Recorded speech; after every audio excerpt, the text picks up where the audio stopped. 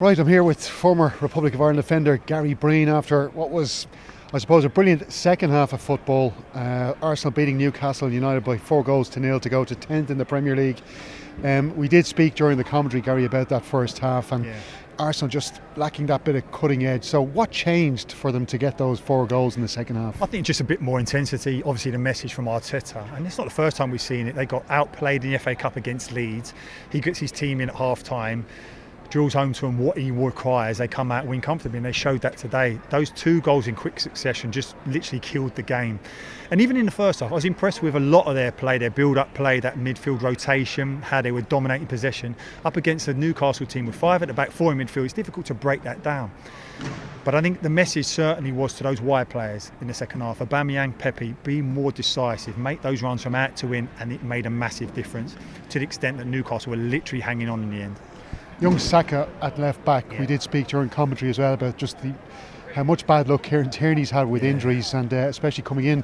I have to say, I thought he was going to do so well here. And he still could when he gets over these injuries, but it's really been incredible the way Saka's come in there and been so influential on this Arsenal team at 18 years of age. No, it's amazing really, and I think as a young player, more than anything, you just want your opportunity, and if you get it, you've got to take it. Now, since Arsenal not been in Champions League and the Europa League over the last couple of seasons, the likes of Maitland-Niles came through, Reece Nelson, these guys got those games at that level, took their chance and built on it. Saka now looks like a player who's capable of it. The energy more than anything, he was driving forward late on in the game.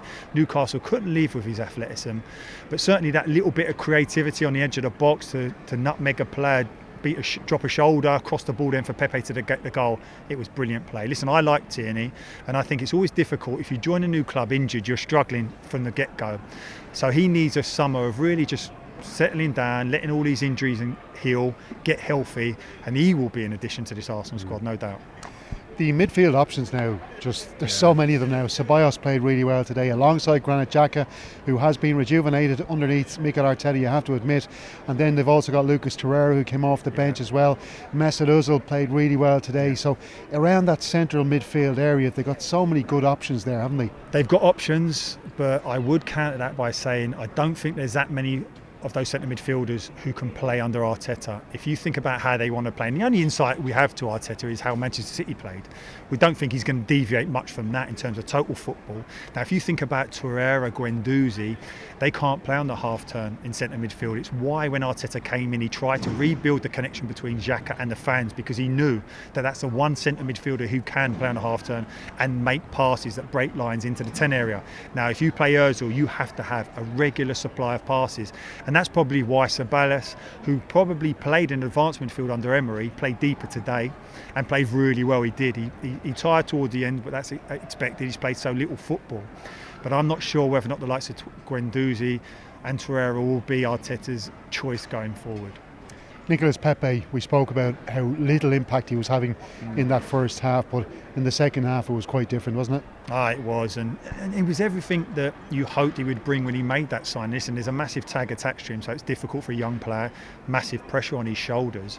But I think Arteta just gave him that message to say, listen, keep making these runs, showed him how to do it, and the ball will break. And if you keep attacking from out to in and get into the 6-yard box, you'll get opportunities, and he did today. And I keep referencing it, and listen, it's the only way we can in terms of what Arteta is about as a rookie boss. The improvement that he has made to the likes of Sterling. Guardiola said that it was him who worked on him day in, day out, and Sterling suddenly went from a player who was erratic in 1v1 situations to a player who's so calm, so composed and got his goals. If he can do something similar to with Pepe, then that looks like they could have a good player on their hands. Now back to your area of expertise, Gary, the back four, and I suppose Mustafi and Luiz, they didn't have a bad day today, but how much is that down to the lack of attacking from Newcastle in this game? I think it says a lot. I think Newcastle did have chances. Joe Linton on that first half makes a run to the near post, should really score, doesn't hit the target. And I think Arteta will say the positives, that's 2 clean sheets now on the bounce, but the reality is Rodriguez should have scored for Burnley. Newcastle should have scored a couple today. That's not, as much as they've improved, that's not a back four that you can go forward with. I don't care what anyone says. I think he said about Mustafi in terms of trying to reintegrate him back into the team. He gives you so much. He's a wholehearted player, but he makes mistakes. We saw it again today. We talked about the way they set up, that Ceballos stays on that right-hand side to give Mustafi an easy pass to make. in that first half, the one occasion he wasn't there and he tried to make a pass, he passed into midfield, lost it, Newcastle broke, could have scored. That's the problem you have with this Arsenal squad, that there's so many individual errors and a lot sent around Mustafi if you think about that goal he gave away against Chelsea.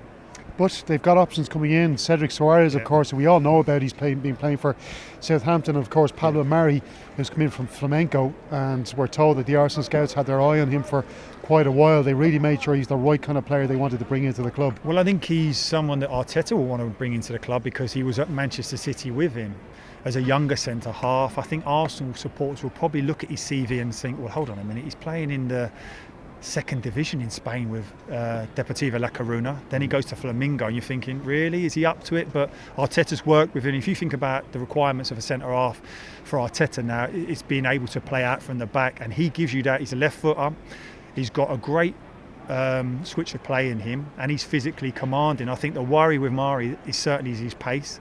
He's not particularly quick, so that will be a concern in terms of that high line that Manchester City under Arteta and Guardiola like to have. But I think there's improvements. It was no surprise that as soon as the January window opened, it was two defenders that he brought in because he knows they're short. I like Cedric as right back, I always have, and I think he will be a really good addition. I think he'll put some real pressure on Bellerin in a way that Lichtsteiner couldn't at his age. I know he's a serial winner at Juventus, but he looked like he had done by the time he came to Arsenal last season. So, listen, there's competition for places, and that bodes well. Looking at Newcastle, I know Newcastle supporters will be disappointed going back up to the northeast this evening after that game, but overall, do you think they're going to be happy enough with the way the season's gone so far? I think the points are probably better than the performances. I think a lot of people in and around Newcastle have said that. I highlighted in commentary that Dubravka's been brilliant. I know he made a mistake, didn't look at his best today, but he saved them so many goals. And the problem that Newcastle have is finding a way to compete at this level with centre forwards or wide men who don't score goals. Now, we said about them going up against Rochdale in League One in the FA Cup, up against Oxford in the next round in League One. It took 2 games to beat both those teams. They just don't score enough goals and don't look like a goal threat. So that's the worry that he has, is that as much as people say, well, commit men forward, they can't. If they don't play a tight defensive structure, they get ripped to pieces. We saw it away at Norwich, we saw it away at Leicester. Brucey's done a brilliant job up to this point, bearing in mind how many injuries they've had. I just want to ask you a couple of things related to Ireland. We'll start off first with Kieran Clark. Absolute disaster to see him going off today with that ankle injury. Look, we'll keep our fingers crossed. We'll say a few prayers that Kieran will be okay by the time the Slovakia game comes around. But, you know, Mick McCarthy, with the kind of players that we're looking to bring into the squad, he really can't afford to be losing those options at the back. I know Kieran's only played that New Zealand friendly since coming back into the international fold, but you would imagine that he would have had a good chance perhaps of coming in to feature in those games against Slovakia. Yeah, no, I think so. I think Mick has said, he's been quite vocal, that he's been impressed with how Kieran's been playing, that he's been a big part of why Newcastle have got those points. So it's a massive loss if it turns out to be as sinister as we're led to believe. But I think Mick's quite pragmatic in that even at this stage, he will just say, listen, whatever players I've got, I'll make the best of it. He won't be lying awake at night with his fingers crossed, hoping everyone comes back. He'll just say, listen, whoever's fit is fit, and we'll go from there. I spoke to Mick during the week. I'm going to throw a curveball here as you carry. I said to him, look, Mick, we've got 5 players there available to you to play in a back 5. They're all playing in that similar system at their clubs. Enda Stevens, left wing back with Sheffield United. John Egan in the centre of a back 3. Seamus Coleman has played on the right of a back 3 for Everton. Matt Doherty plays in that system with Wolves. And Shane Duffy's been playing in that system at times for Brighton. So why can't we play a back 3 with wing backs and therefore accommodating Coleman and Doherty? And Mick is like, well, we've only got 4 games to prepare. You know, we come in and all of a sudden the Slovakia games are top. And I'm thinking, I didn't get time to follow up on the question with him, but you don't need time. If the players are playing in that system in their clubs, surely they can just do it when they come into the international setup. Yes, I would normally expect players at international level to be able to cope with being given a message and learning. Listen, there is enough time to work on it. He obviously doesn't believe that squad of players is capable of it. Now, I should add as well that he did say we tried against Switzerland and it didn't work. But that game was just it was going against us all the time. Listen, Mick is not averse to playing a back 5. I think when he initially got the job first time round, we started off with a back 5 to the extent that I was playing in a back 3 with Roy at centre-back in the middle of a three. I think that was in vogue at the time where the dominant midfielders of Europe were playing deeper in that Beckenbauer role. So he will do it, but he'll look at the situation now. The only thing I will say is that if you think about the likes of Wolves, and notably it centres around Doherty, doesn't it, in terms of that right wing-back role, we don't have centre midfielders like Neves and Coutinho who look after the ball. That's the problem. It's all well and good being expansive and playing, but if your midfielders give the ball away as often as ours do, you're in trouble. I think what is interesting, and this is what I hope, as much as we're talking about certain players, I've been really impressed with how McCarthy has done at Palace. Now, I'm not sure what the situation is, whether or not he's ready to come back, but even in big games against Manchester City, he played in a three-man midfield, just to the left-hand side, and his role there, bearing in mind up against Manchester City, and how devastating De Bruyne is at making those underlacking runs down that side. He was so disciplined, so good. It was impressive. So I'm sure Mick would have noted that. Whether or not James is ready to come back, I know Mick is a big fan of his. He tried to sign him from Scotland for Wolves initially, but he chose to go to Wigan. So listen, we want all the players who can potentially play to be fit and healthy. There's still a couple of weeks to go as such until that has happened, but fingers crossed that they all are. I remember doing a Palace game a couple of months ago, and just when McCarthy had come back into the reckoning, and he kind of, when I asked him about it, he kind of gave me the impression that he's only back, he's trying to get fit, and with the injuries that he's had, like, I have to say, and I know Irish supporters, if he doesn't come in for that squad, if he's called up, a lot of Irish supporters might start getting a little bit, losing their temper with James McCarthy. I can kind of see from his point of view, if he just wants to concentrate on club football from now till the end of the season and leave the international thing aside, you couldn't blame him, could you? No, but there's a timing issue in terms of when you're just getting back into club football, you want to protect it. You're healthy for a first time in a long time, and he wants that to continue.